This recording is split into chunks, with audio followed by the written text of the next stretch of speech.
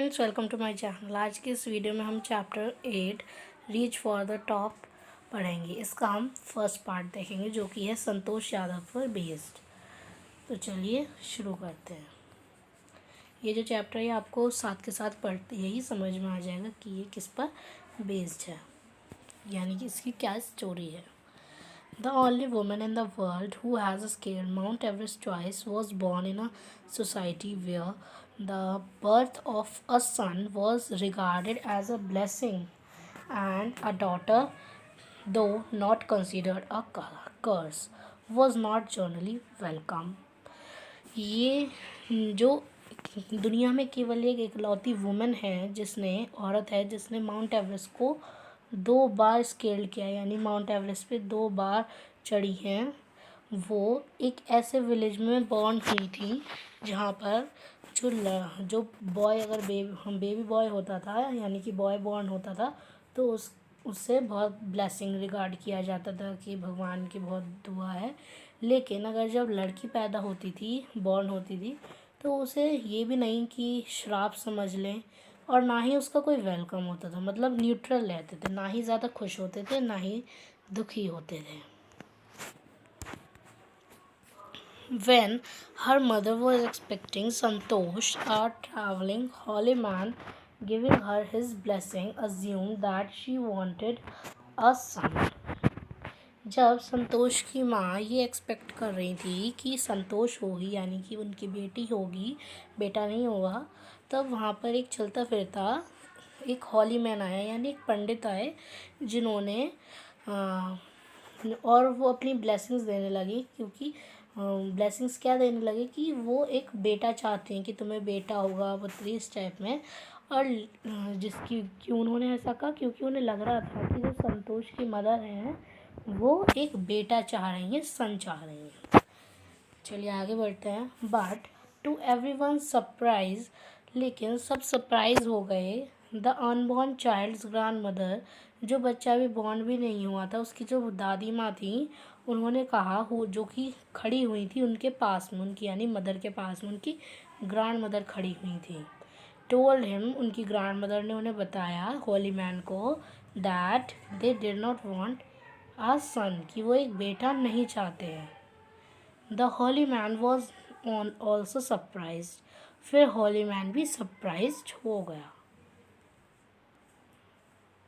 Nevertheless, he gave the request blessing, and as destiny would have it, the blessing seemed to work.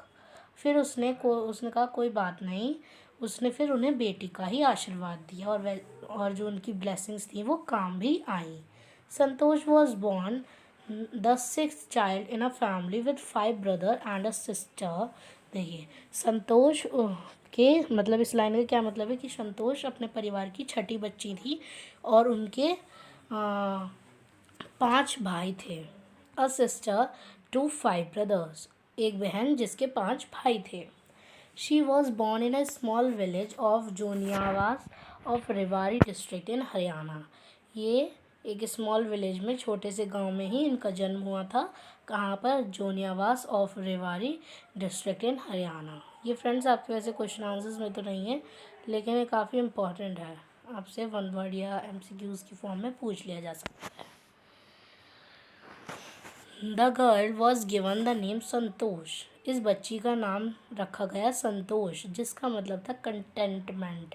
इसका क्या मतलब है? संतोष यानी शांति रखो, यानी सेटिस्फैक्शन, संतोष रखना।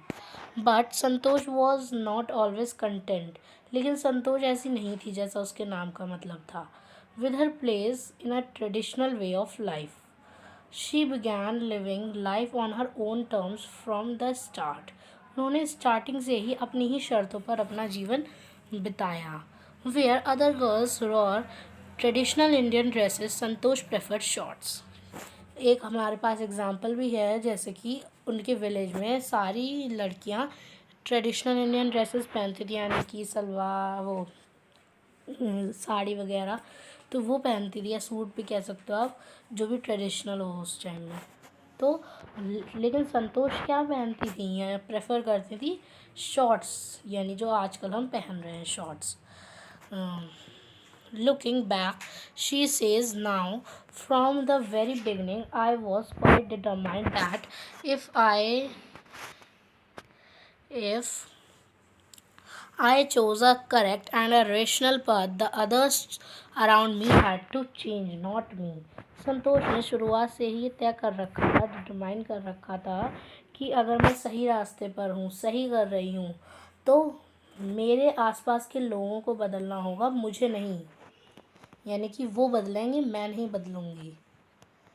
Santosh's parents were affluent landowners who could afford to send their children to the best schools, even to country's capital, new Delhi. Santosh के parents काफ़ी अमीर अच्छे खासे लैंड ओनर्स थे, तो वो इतने अफोर्ड आराम से कर सकते थे कि वो अपने बच्चे को एक अच्छे से स्कूल में भेज सके। यहाँ तक कि उस टाइम में वो अपने बच्चे को न्यू दिल्ली भी भेज सकते थे पढ़ाई के लिए। But in line with the prevailing custom in the family, Santosh had to make do with the local village school. लेकिन जैसा कि चला आ रहा था उनके परिवार में कस्टम टाइप का, कस्टम का मतलब होता है कोई एक वो जो शर्त हो या फिर कोई एक रूल बना दिया गया फैमिली में कि उसे फॉलो ही किया जाएगा, तो वो कस्टम कहलाया जाता है। तो उनकी फैमिली में एक टाइप का रूल था कि जो लड़कियां हैं वो वहीं लोकल स्कूल विलेज में ही पढ़ेंगी, लोकल स्कूल में, यानी कि जो उनके विलेज का लोकल स्कूल होगा, गांव का स्कूल, उसमें ही पढ़ेंगी, कहीं और जाकर नहीं पढ़ेंगी। So she decided to fight the system in her own quiet way when the right moment arrived. तो उसने सोच लिया जब सही समय आएगा तो मैं बहुत ही क्वाइट तरीके से शांतिपूर्वक ये जो कस्टम है इसे तोड़ूंगी। And the right moment came when she turn 16, और सही समय आया जब वो 16 साल की हो गई। At 16 most of the girls in her village use to get married. उनके विलेज में ज़्यादातर लड़कियाँ जो 16 साल की हो जाती थी वो शादी कर लेती थी, उनकी शादी करवाई जाती थी। Santosh was also under pressure from her parents to do the same. उनके पेरेंट्स भी उन्हें, संतोष को काफ़ी प्रेशराइज कर रहे थे कि तुम भी शादी कर लो। A marriage as early as that was the last thing on her mind. She threatened her parents that she would never marry if she didn't get proper education. संतोष ने अपने पेरेंट्स को वार्न किया, उन्हें बताया, मतलब एक टाइप्स के warning दी उन्हें, कि उन्हें डराया भी, कि मतलब डराया नहीं, मतलब ऐसे कहा कि मैं शादी तब तक नहीं करूँगी जब तक मुझे प्रॉपर एजुकेशन नहीं मिल पाएगी। आप इसे वार्निंग समझ सकते हो। उसने अपने पेरेंट्स को वार्निंग दी कि मैं तब तक शादी नहीं करूँगी जब तक कि मुझे प्रॉपर एजुकेशन मिलेगी। और ये बात उनके पेरेंट्स ने नहीं मानी, तभी उन्होंने स्कूल अपना घर छोड़ दिया। She left home and got herself enrolled in a school इन दिल्ली। फिर उन्होंने अपना घर छोड़ दिया और दिल्ली के स्कूल में एडमिशन ले लिया। When her parents refuse to pay for her education, जब उनके पेरेंट्स ने उन्हें मना कर दिया कि वो उनकी फ़ीस नहीं भरेंगे, तो उन्होंने बहुत आराम से उन्हें बताया कि अपने प्लान के बारे में, कि to earn money by working part time to pay her school fees, कि वो अपनी स्कूल फीस एक पार्ट टाइम जॉब करके पे करेंगी। Her parents then agreed to pay for her education. तब ये जो इस टाइप का उनका डिटर्मिनेशन था कि वो कुछ भी करके लेकिन पढ़ेंगी ज़रूर, तो इस बात को देखकर उनके पेरेंट्स ने उनके एजुकेशन की फ़ीस भरने के लिए हामी भर दी, हाँ कर दिया। Wishing always to study a bit more, and with her father slowly getting used to her urge for more education, Santosh passed high school examination and went to Jaipur. संतोष हमेशा ये चाहते थे कि थोड़ा और पढ़ूँ, तो धीरे धीरे उनके पापा भी उनकी बातें मानने लगे, और वो धीरे धीरे हर टाइम उसे अर्ज करती थी, रिक्वेस्ट करती थी कि और पढ़ना है, मुझे और पढ़ना है। तो अपनी हायर स्टडीज़ के लिए वो जयपुर गई। शी जॉइन महारानी college and got a room in Kasturba hostel. उन्होंने महारानी कॉलेज में एडमिशन लिया और उन्हें कस्तूरबा हॉस्टल में एक रूम मिल गया। Santosh remembers Kasturba faced the Aravalli hills. Santosh को याद था कि जो कस्तूरबा हॉस्टल है वो अरावली हिल्स, ये राजस्थान में है जयपुर, तो वहाँ पर अरावली हिल्स है। तो ये जो इनका हॉस्टल था ये अरावली हिल्स के सामने था। मान लीजिए ये अरावली हिल्स है और ये इनका कॉलेज है और इनका ये रूम है, तो इनके बिल्कुल फेस टू फेस सामने अरावली हिल्स थी। ये सिचुएशन है, मैंने बताई position. I used to watch the villagers from my room going up the hills and suddenly vanishing after a while. वो हमेशा देखती थी कि उनके गांव वाले या आसपास के लोग जो भी थे वो उन हिल्स पर, अरावली हिल्स पर चढ़ते थे और थोड़ी देर बाद वैनिश हो जाते थे। वैनिश का मतलब हो जाता है गायब होना या डिसअपियर होना। One day I decided to check it out myself. एक दिन उन्होंने डिसाइड किया कि मैं खुद ही चेक करूँगी कि ऐसा क्या होता है कि लोग गायब हो जाते हैं। I found nobody except a few mountaineers. मैंने वहाँ किसी को भी नहीं देखा लेकिन कुछ माउंटेनियर्स थे। माउंटेनियर्स कौन होते हैं? जो पहाड़ों पर चढ़ते हैं। I asked if I could join them. मैंने उनसे पूछा क्या मैं आपको ज्वाइन कर सकती हूँ। टू माई प्लीजेंट सरप्राइज, मेरे भाग्य से, मेरे सौभाग्य से, they answer in the affirmative and motivated me to take the climbing. उन्होंने आसानी से हाँ कर दी एकदम से और मुझे मोटिवेट भी किया कि मैं क्लाइंबिंग करूँ। Then there was no looking back for this determined young girl. अब ऐसी कोई भी चीज़ नहीं थी जो इस लड़की की यानी संतोष यादव को पीछे ले जाए। She saved money and enrolled in a course at Uttarkashi Nehru Institute of Mountaineering. फिर उन्होंने अपने आप पैसे बचा के Uttarkashi Nehru Institute of Mountaineering में एनरोल कर दिया, यहाँ पर एडमिशन ले लिया। My college semester in Jaipur was to end in April but it ended on the 19th of May। इनका जो सेमेस्टर था जयपुर का वो अप्रैल में ख़त्म हो जाना चाहिए था, लेकिन वो 19 थी, यानी कि 19 मई को ख़त्म हुआ। अप्रैल की जगह मई में ख़त्म हो गया, वो मई में ख़त्म हो पाया। And I was suppose to be in Uttarkashi on 21st। और ये सपोज कर रही थी कि 21st को उत्तरकाशी में पहुंचेंगी। तो देखिए 18 को 19 को इनके पेपर ख़त्म हुए और 21 को इन्हें अपने माउंटेनियरिंग स्कूल में जाना था। सो इन्होंने क्या डिसाइड किया कि वो घर वापस नहीं जाएंगी, इसकी बजाय वो सीधे अपनी ट्रेनिंग में जाएंगी। I had to write a letter of apology to my father without whose permission I had got myself enrolled at Uttarkashi. तो उन्होंने अपने फादर के लिए एक अपॉलोजी यानी माफ़ी मांगते हुए एक लेटर लिखा, क्योंकि उनकी बिना परमिशन के इन्होंने उत्तरकाशी में एडमिशन ले लिया। Thereafter Santosh went on the expedition every year। इसके बाद संतोष हर साल एक्सपीडिशन यानी एडवेंचर पर जाती थी। हर क्लाइंबिंग स्किल्स मैच्योर्ड रैपिडली। उनके पहाड़ चढ़ने की जो भी स्किल्स थी वो काफ़ी जल्दी ग्रो हो रही थी। Also she developed a remarkable resistant to the cold and the altitude. इन्होंने मतलब काफ़ी अच्छे से रेसिस्ट किया, काफ़ी अच्छे से सहन की ठंड और एल्टीट्यूड की जो भी प्रॉब्लम होती है, क्योंकि जो एल्टीट्यूड है वो हाइट होती है, तो हाइट पे ऑक्सीजन कम हो जाती है तो दिक्कत होती है, लेकिन इन्होंने काफ़ी अच्छे तरीके से इन सारी बाधाओं को पार किया। एक्टिव्ड विद एन आयरन वेल। ऐसा लग रहा था कि ये बिल्कुल एक टाइप से लोहे से बंधी हुई है, यानी लोहा है इनमें। Physical endurance and an amazing mental toughness. इनकी फ़िज़िकल एंड्योरेंस यानी फ़िज़िकल स्ट्रक्चर भी इनका काफ़ी टाइट था, काफ़ी स्ट्रॉन्ग था और इनकी मेंटल टफनेस भी बहुत अच्छी थी। She proved herself repeatedly. वो अपने आप को हर टाइम अच्छे तरीके से प्रूव कर रही थी कि वो और अच्छी ग्रो हो रही हैं। The culmination of her hard work and sincerity came in 1992। उनका इतना हार्ड वर्क 1992 में उभर कर आया। Just 4 years after she had shyly asked the Aravali mountaineers if she could join them, at barely 20 years of age, Santosh Yadav scaled Mount Everest। 1992 में इनकी जो ये मेहनत थी सफल हुई। 4 साल बाद, जब मतलब 4 साल के अंदर, यानी जब इन्होंने जिस दिन इन्होंने अरावली माउंटेनियर से पूछा था कि क्या इन्हें ये ज्वाइन कर सकती हैं, उसके 4 साल बाद इन्होंने माउंट एवरेस्ट स्केल कर लिया था, माउंट एवरेस्ट पे चढ़ गई थी पहली बार। इनकी एज 20 ईयर्स से भी कम ही थी, मान लीजिए। Becoming the youngest women in the world to achieve the mount feet.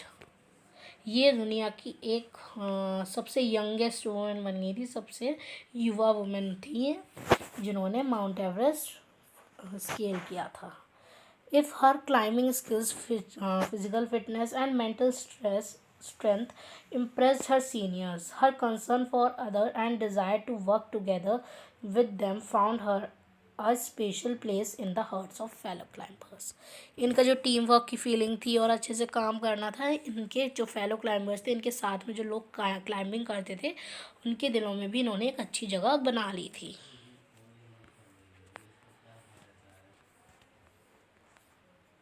During 1992 Everest mission, 1992 के एवरेस्ट मिशन में Santosh Yadav provided special care to the climber who lay dying at the south col. अब देखिए, कोल का क्या मतलब होता है। कोल का मतलब होता है दो पहाड़ों के बीच में खाई टाइप की होती है, उसे कोल कहा जाता है। मैं आपको बना एक टाइप से इसे डिनोट करके बता देती हूँ, इस टाइप की। मान लीजिए ये दो पहाड़ हैं, तो इनकी जो बीच का एरिया है ना, ये जो बीच में ऐसे डिस्टेंस है रहता, तो ये वैसे इस टाइप में है डिस्टेंस। तो ये जो बीच में डिस्टेंस है, आपने कभी भी पिक्चर्स में भी देखा होगा, दो माउंटेन्स के बीच में जो इतनी लंबी सी खाई होती है नीचे की तरफ, तो ये जो एक डिस्टेंस, ये जो बीच का ये जो एरिया है, इसे कोल कहा जाता है। तो आप इसे ऐसे डिफाइन कर सकते हैं, एरिया बिटवीन टू माउंटेन्स, मतलब जहाँ पर गिर जाओ फिर मतलब कुछ पता ही नहीं है, इस टाइप की जो जगह है उसे कोल कहा जाता है।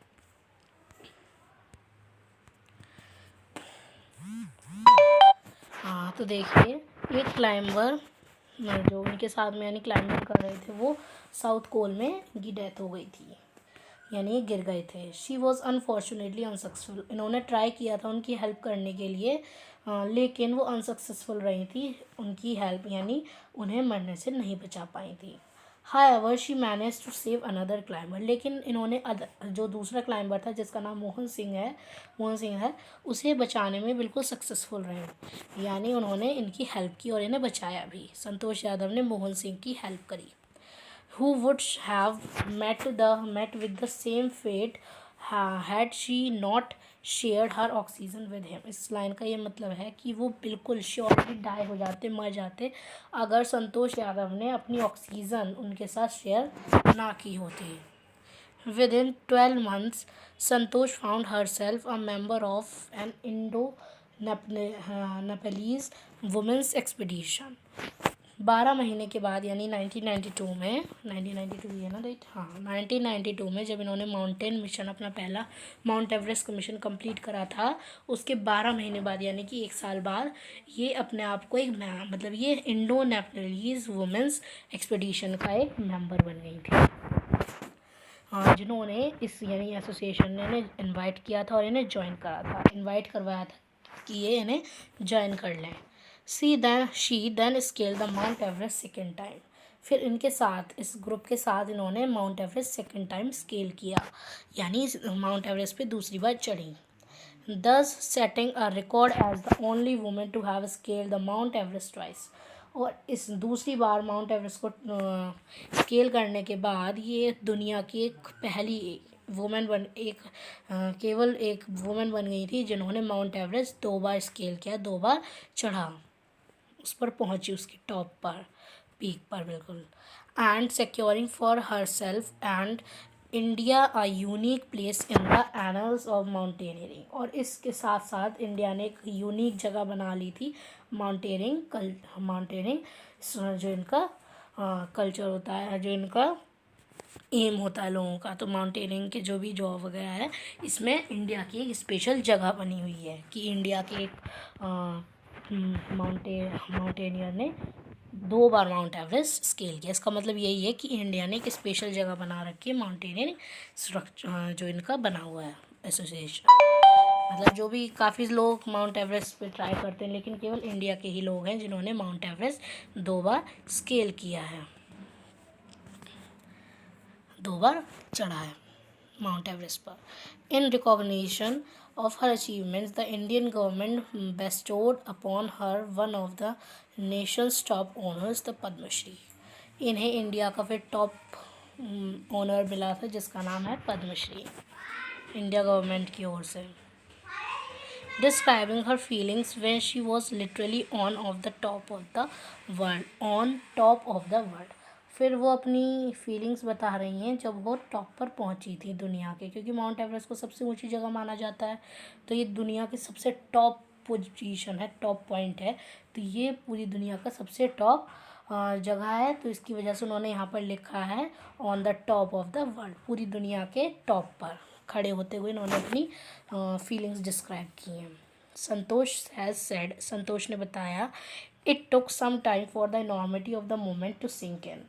ये थोड़ा समय लगा था इस मोमेंट की, इस लाइन का क्या ये मतलब है, इस मोमेंट में अंदर ढलने के लिए, इसे बिल्कुल अच्छे तरीके से समझने में, मतलब एक टाइप से शॉक हो जाते हैं कोई इतना बड़ा काम करने के बाद, फिर उसे बहुत देर बाद समझ पाते। तो इस टाइप से इनके साथ भी हुआ था कि ये टॉप पर तो पहुंच गई थी, लेकिन इन्हें थोड़ा टाइम लगा था इस इतनी बड़ी बात को समझने में, कि इन्होंने मतलब दूसरी बार बन गई, पहली इन्होंने माउंट एवरेस्ट स्केल कर लिया, तो इन्हें थोड़ा टाइम लगा था इस सिचुएशन को समझने के लिए। देन आई अनफर्ड, ये जो पूरा सेंटेंस है ये संतोष यादव की है नहीं, क्योंकि यहाँ देखिए फर्स्ट ऑफिस से लगा है और यहाँ आई वर्ड भी यूज हुआ है। Then I unfurled the Indian tricolor, यानी इन्होंने इंडियन ट्राइकलर यानी कि इंडियन फ्लैग, इन्होंने झंडा हमारा लहराया था। And held it aloft on the roof of the world, और इसे दुनिया की रूफ पर यानी दुनिया की छत पर माउंट एवरेस्ट पे गाड़ दिया झंडे को, हमारे इंडियन फ्लैग को। द फीलिंग इज़ इनडिस्क्राइबेबल, ये जो फीलिंग है ये वर्णन किया जाना इसका बहुत मुश्किल है। The Indian flag was flying on the top of the world, उस टाइम पे इंडियन फ्लैग दुनिया के सबसे टॉप पॉइंट पे लहरा रहा था।